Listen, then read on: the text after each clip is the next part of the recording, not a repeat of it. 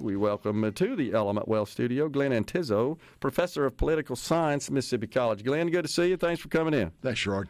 Great to be here. So, before we dig into all the meaty political happenings, as a professor, what do you talk about to your class when we have all these events unfolding in front of you? That's got to be fascinating. Yeah, I know it is. We start up again in about 3 weeks, and it's going to be, they're going to want to know, about the issues. They're going to want to know about who's likely to win and why.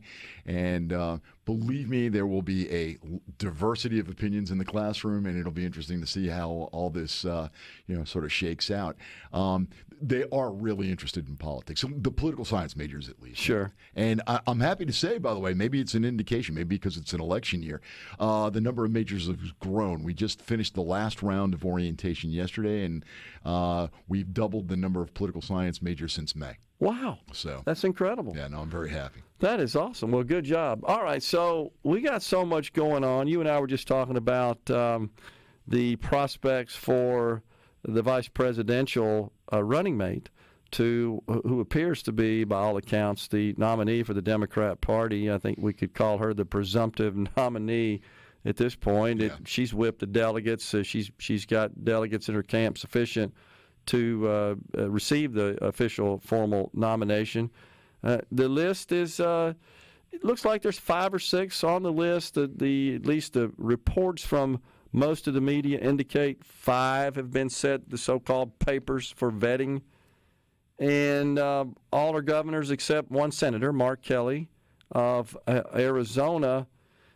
Any of those would probably, I think, be an asset to her ticket, to the extent to which, Glenn, and I know you've tracked this through history as a political science professor, to the extent to which a vice presidential candidate can influence the outcome of an election, I would submit lesser so these days than historically. Yes, but I think that, especially given the last few years, I think we are more mindful now that you never know what's going to happen, and it may entirely be possible that this person will have to step into the job sooner rather than later. And she's a little bit younger than me, so I don't think she's got any imminent health crisis. But Trump was shot at 10 or 11 days ago, so you never know. And one of the things that I think that I look for is administrative experience, that they are that the person is ready for the job. Obviously, Ms. Harris has been the vice president, so she's had some on-the-job training right there. But everybody else on this list, like you said, except for one, is a governor. And that is the closest job you're going to get to being president. And in some cases, if you're the governor of a large state like Pennsylvania or California or New York, it is like being the president of a small country. And so I think, the people whose names we were kicking around off the air, I think pretty much all of them in one way or another would enrich the ticket.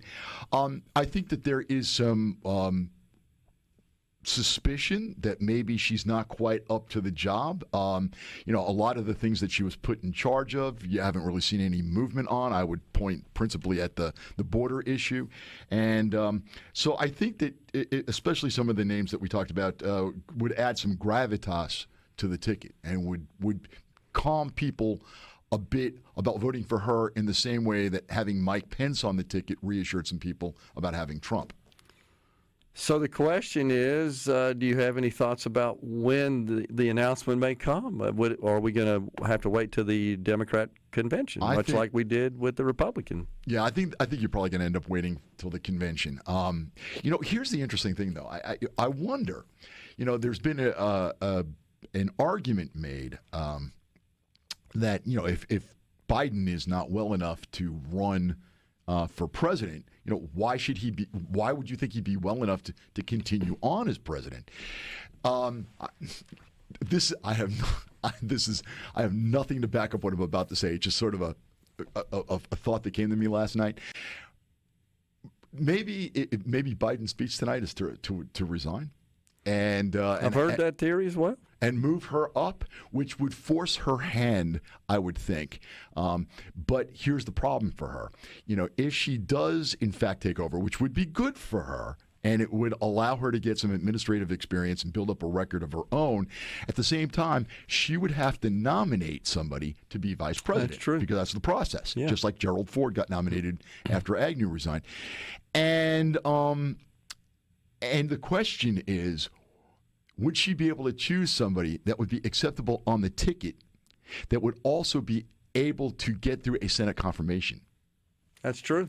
A different process. Right. Yeah. Right. And so it'll be interesting to see how the next 3 weeks play out. But I have a feeling she's going to hold her cards very close to the vest, and that she is going to do a really good job of vetting whoever it is. And I think she's probably waiting for the convention. Well, certainly the possibility of the president making such an announcement, wow, that would grip the world, of course, should that happen. And that would absolutely take all the air out of the room, which is just the events that have occurred in the last week took the air out of the room of the prior events. So, I mean, it's just one after another because they're so sweeping, they're so huge, they're right. so impactful. And that would be the case here without a doubt. So I shared on the show earlier the possibility of Joe disclosing what happened behind closed doors that ultimately led to his announcement that he was withdrawing. That I wonder if he ratted on the Democrat Party. Maybe we learned,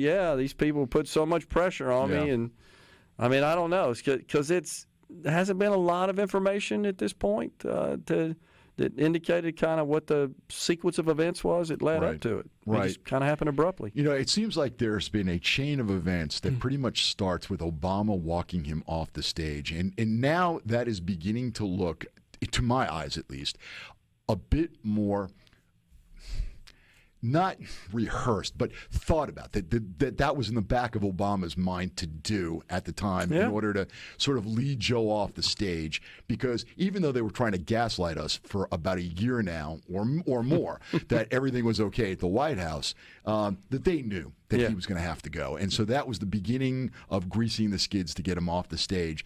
And makes sense. I'd be interested to find out, someday somebody's going to be telling this story. And I have a feeling there's a lot more, behind the stage stuff led primarily by former President Obama to get him out. Interesting. Yeah, it does seem to be the case. So, what's somewhat bothersome, Glenn, is that in our system of government, of the people, by the people, for the people, that means the people ought to know. I mean, there's certain things that are of sensitive from a security perspective, a national security perspective. And honestly, I don't want the public to know that. Right, of course. But there are other things that the public needs to know. So we got sort of two things going on here, you could argue. First is this epic failure by the Secret Service in protecting the former president, and a million questions there still remain. And now we have this sudden withdrawal of Joe Biden, and it just feels like there's more to that behind the scenes, and it just seems like the people ought to know. If he were just a candidate, we're not entitled to know as far as I'm concerned. Right. But the president is withdrawing a little bit unprecedented for an incumbent. Just seems like we ought to know what's going on here. Especially when a party holds itself out as protecting democracy. That democracy is on the line. And then you have this eminently undemocratic process to coronate his successor. By the way, Black Lives Matters put out a statement yesterday demanding a virtual primary, condemning the undemocratic process that gave Harris the presumptive nod. And so, it'll be interesting to see if she gets some trouble from her left. Isn't that weird? Yeah. What is there some particular grievance they have with her that you're aware of, BLM specifically? No, they said in their statement that they were just concerned about not having a more open process. Okay, and fair enough. Yeah, no, I agree. I actually think they make a valid point on that. Yeah. But I think why it was done was for political reasons that they weren't stating, but I'm sure it's been stated repeatedly, in conversation. That is, she's the first African-American / South Asian female vice president. There was no way you were going to let her not get that nod without fracturing the coalition. Oh, no the doubt Democrats about it. absolutely need to hold together. No doubt about it. I mean, I think you got to think in terms of the calculus of what gives us the best chance of winning. Exactly. And, when you start weighing out all the options, I think that was the easy conclusion there.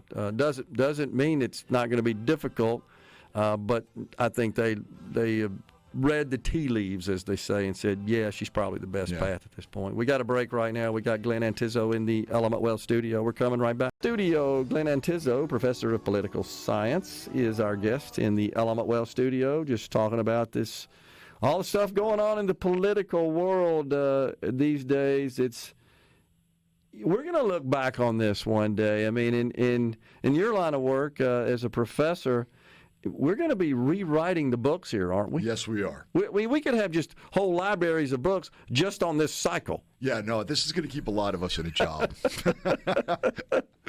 Well, the first thing that came to me that I talked about on the program, I think it was Monday perhaps, was Lyndon Johnson. Mm-hmm. And so I was alive then, and I remember, that I was a young boy, of course, but I just remember the image of Johnson addressing the nation there from the White House and ending it. Nobody expected it. It was unexpected. Yes. And he ended it with his announcement that he wouldn't seek or accept the nomination for his party. He was going to focus on, the president. But the Vietnam War took its toll on him. Everybody knows that. I don't want to say he regretted that the situation of being president. Of course, I think he did regret. I do, at least, that the circumstances under which he became president. But it's almost like I don't want to be the guy in charge with the stuff going on in Vietnam. Right. And he said, I'm stepping aside. I don't want to do that anymore. He was really hoping that his political obituary or encyclopedia article would start off with talking about the Civil Rights Act, the Voting Rights Act, the expansion of the welfare state, and instead, the word Vietnam is prominently no mentioned. doubt about it. Yeah. So, but that's what came to mind is to me is the last time I believe that happened, and we got an active president who still has another term available to him, and right here, just in advance of the campaign, I think Johnson's announcement was March of '68. March 31st, you're right. Okay, and so this announcement comes a couple of months later than that, and just with a month remaining to the Democrat National Convention. But that's kind of just jarred my memory, I guess, a bit on that. This is a little different in that the announcement was done. Of course, we have different communications tools. That was the only way you could make that announcement back then, unless you got a newspaper article, and everybody would know probably from the teletypes before the papers published the next day. But here we get an announcement, and even his staff said, "Yeah, I learned about this through Twitter." Right. No, and it begs to the question as to who wrote. Did he write it? Didn't look like it. Did somebody else write it? Why not give a more formal statement? When you're going to do this? Why announce it over the weekend? Also, I think it was on a Sunday that they announced it. That's a really that's the ultimate slow news day, especially if you announce it after the Sunday morning shows are done already. True. So what is really going on here? And as you were saying earlier, I would really love to know the backstory on this. I got to imagine that the angriest person on planet Earth right now must be Jill Biden. Did they run it by her? Did she bless this? I mean, these are the kinds of things that I'd be interested in knowing. I don't know that we'll get any hint of that tonight in a speech. I doubt it. I doubt it too. And I think this is going to be probably a fairly, unless it is a goodbye message. Yeah. I think this will be a fairly short speech. He's not really into giving long statements. I think the over and under on this one, I think it's going to be 15 minutes. Okay. Well, don't you expect a full-throated endorsement of Kamala, though? It's funny because I would think yes, but at the same time, I mean, if he is harboring a grudge because he does feel like he's been forced out, that might temper it. He didn't, in that first statement that was put out on Twitter, he did not give an endorsement. And he had to come back later. And so, either the person who typed it for him, forgot to mention it, or he is maybe a little peeved right now. Yeah. It's hard to tell. I mean, those are the kinds of things I'd like to learn about. I'm not sure we will, and that's something I'm not sure that we as citizens have a right to know. I mean, that may be sort of private matters. Right. That's more political in nature. But the fact that you're you're stepping down from the nomination and you're still in office, and you're clearly stepping down because you don't possess the requisite energy and faculties, physical and mental, to continue. It seems to me like we need an explanation on that. Maybe we'll get that tonight. Maybe we won't. All right, so we got a brand new candidate. So I'm thinking about being at the RNC last week and all the energy focused on the failure of the current president. Now we got a different figure, exactly, as a candidate. So it's an awful lot of cycles and a lot of denigration last week that was woven into virtually every speech. I didn't count all the speeches, but it had to be 150. Yeah. Total speeches. Now we got a different candidate. Where do you see this going, Glenn? Do you think this improves the Democrats' chances, keeps it the same, worsens it? I think it keeps it about the same because at the end of the day, the record that she has to run on is going to be her record in office. Now, she's trying to frame it as the prosecutor versus the felon. Yeah. But the fact of the matter is that she's been vice president for the last 4 years. So she owns all of these policies, and she's going to have to do some explaining. And, a lot of what they've tried to get through has failed. Yeah. The things that they have gotten through have had a detrimental effect on the economy. She's responsible in part for 9% inflation a few years ago. She's, responsible for about a nearly 20% increase in the cost of living in terms of rent, in terms of food, right, in terms of fuel. Cumulatively, that's right. Yeah. So she's got a lot to answer for, and I think if the Trump campaign can stick to hammering her on the economy, on interest rates, on the border, on gasoline prices. Yeah. I think it's a winning hand.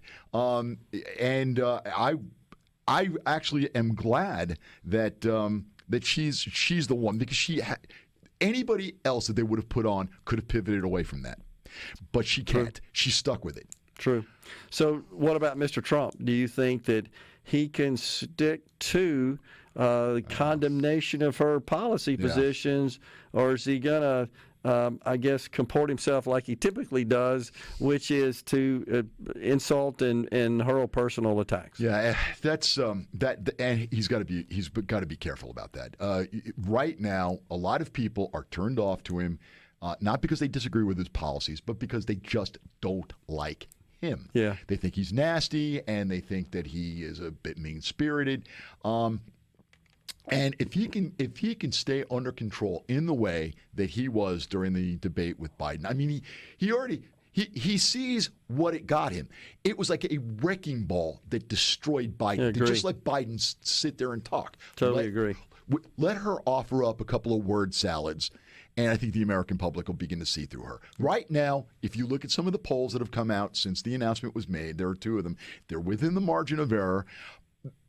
She's up, I think, in the Ipsos poll by 2. But again, it's a 3-point margin of error. The fact of the matter is that this is the adrenaline rush that the Democrats are getting right now because of the excitement of a new candidate and what they perceive to be a fresh start. Yeah. And once that starts to wear off, and that won't take long. At best, this lasts through the convention, and then around Labor Day, it will start to bottom out. And you'll start to see I think things go back to the way they were. And of course, also you got to remember that while her message may play well and rack up votes in states like California and New York, the fact of the matter is that you win in the Electoral College, not the popular vote. Yeah, that's right. And so it just depends on how well she can appeal to, I've always described it as a dozen, maybe a few more counties in about 4 states, right, which really determine the outcome. I mean, in Pennsylvania alone, James Carville summed it up well. He said Pennsylvania is Philadelphia, Pittsburgh, with Alabama in the middle. That's exactly right. And I spend a lot of time in that part of the state. When I go home to New York, I like to go through Pennsylvania, and it is that way. Yeah. I mean, you see Trump flags everywhere. I still think that Trump's going to have a level of enthusiasm for him with his base that I'm not sure Kamala at the end of the day is going to be able to match. And, I agree. And it's going to be interesting today because I don't know if the speech has already happened, but Netanyahu, the Israeli prime minister, is going to be speaking to Congress. And she has already decided she's not going. She's boycotting. Right. She's going to Indiana. So she's going to be alienating Jewish voters across the country. Makes no sense to me, honestly. We talked about that. Nancy Pelosi's not going as well. Yeah. And some other members of Congress, Democrats, of course, that have decided to boycott Netanyahu, which just seems to me like you're pandering to a certain base. And, of course, there's protests. Rhino and I talked about it earlier. Images on the screen in the studio here. Protesters all around the Capitol, of course. Well, I'll tell you what. This has the potential to uncork something that you were talking about 1968 earlier. I have a feeling that the convention is going to look a lot like the one in 68. Same deal. Same city. Chicago. Yep. Riots is what we had then. Yes, sir. So, Glenn, appreciate you coming in. Enjoyed talking to you. Thank you very much. Folks, we're coming right back. Half an hour left in the